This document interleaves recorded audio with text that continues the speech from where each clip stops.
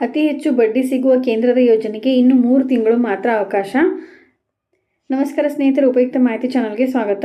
ಮಹಿಳಾ ಸಮ್ಮಾನ್ ಉಳಿತಾಯ ಪ್ರಮಾಣ ಪತ್ರ ಮಹಿಳಾ ಸಬಲೀಕರಣದ ಹೊಸ ದಾರಿ.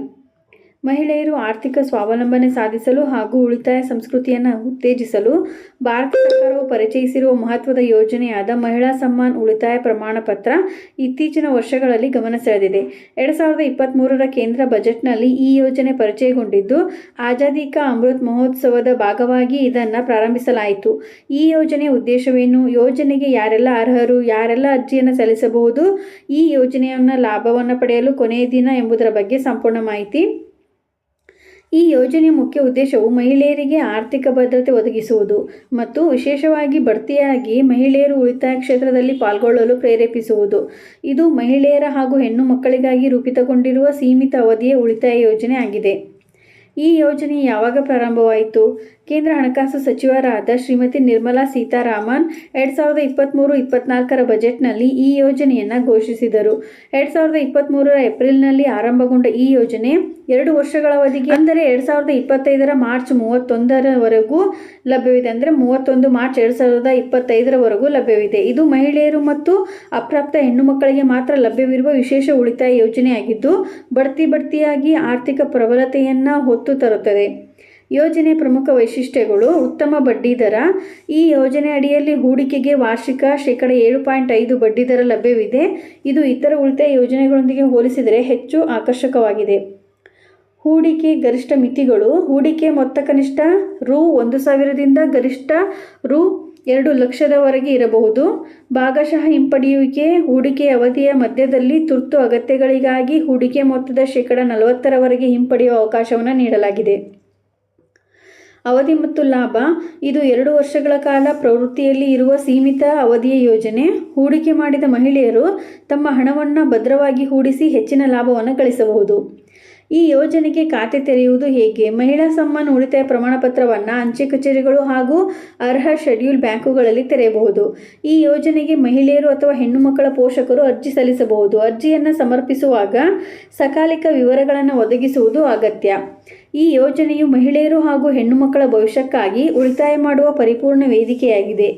ಹೆಚ್ಚಿನ ಮಾಹಿತಿಗಾಗಿ ಹತ್ತಿರದ ಅಂಚೆ ಕಚೇರಿ ಅಥವಾ ಶೆಡ್ಯೂಲ್ ಬ್ಯಾಂಕನ್ನು ಸಂಪರ್ಕಿಸಬಹುದು. ಬ್ಯಾಂಕ್ ಮತ್ತು ಅಂಚೆ ಕಚೇರಿಗಳಲ್ಲಿ ಮಹಿಳೆಯರು ಈ ಯೋಜನೆ ಖಾತೆಯನ್ನು ತೆರೆಯುವ ವಿಧಾನ.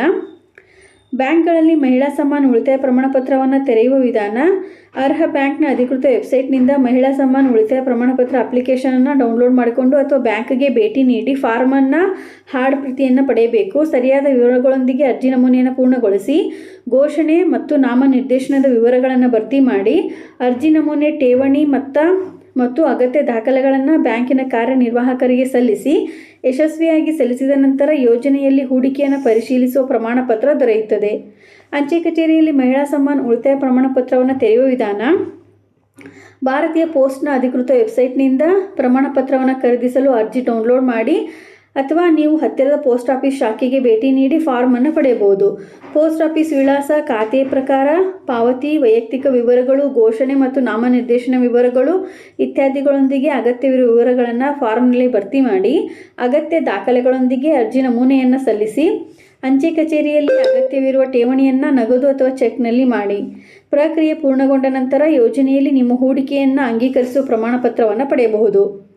ಮಹಿಳಾ ಸಮ್ಮಾನ್ ಉಳಿತಾಯ ಪ್ರಮಾಣ ಪತ್ರ ಯೋಜನೆಗೆ ಇರಬೇಕಾಗಿರುವಂಥ ಅರ್ಹತೆಗಳು: ಭಾರತೀಯರಾಗಿರಬೇಕು. ಯಾವುದೇ ವಯಸ್ಸಿನ ಮಿತಿ ಇರುವುದಿಲ್ಲ. ಹಾಗೆ ಪೋಷಕರು ಅಪ್ರಾಪ್ತ ವಯಸ್ಕರ ಹೆಸರಿನಲ್ಲಿ ಖಾತೆಗಳನ್ನು ತೆರೆದು ಮಹಿಳಾ ಸಮ್ಮಾನ್ ಉಳಿತಾಯ ಪ್ರಮಾಣ ಪತ್ರ ಯೋಜನೆಯಲ್ಲಿ ಹೂಡಿಕೆ ಮಾಡಬಹುದು. ಮಹಿಳಾ ಸಮ್ಮಾನ್ ಉಳಿತಾಯ ಪ್ರಮಾಣ ಪತ್ರ ಯೋಜನೆಯ ನಿಯಮಗಳು: ಖಾತೆದಾರರ ಮರಣದ ಸಂದರ್ಭದಲ್ಲಿ ಮುಕ್ತಾಯದ ಮೊದಲ ಖಾತೆಯನ್ನು ಮುಚ್ಚಬಹುದು.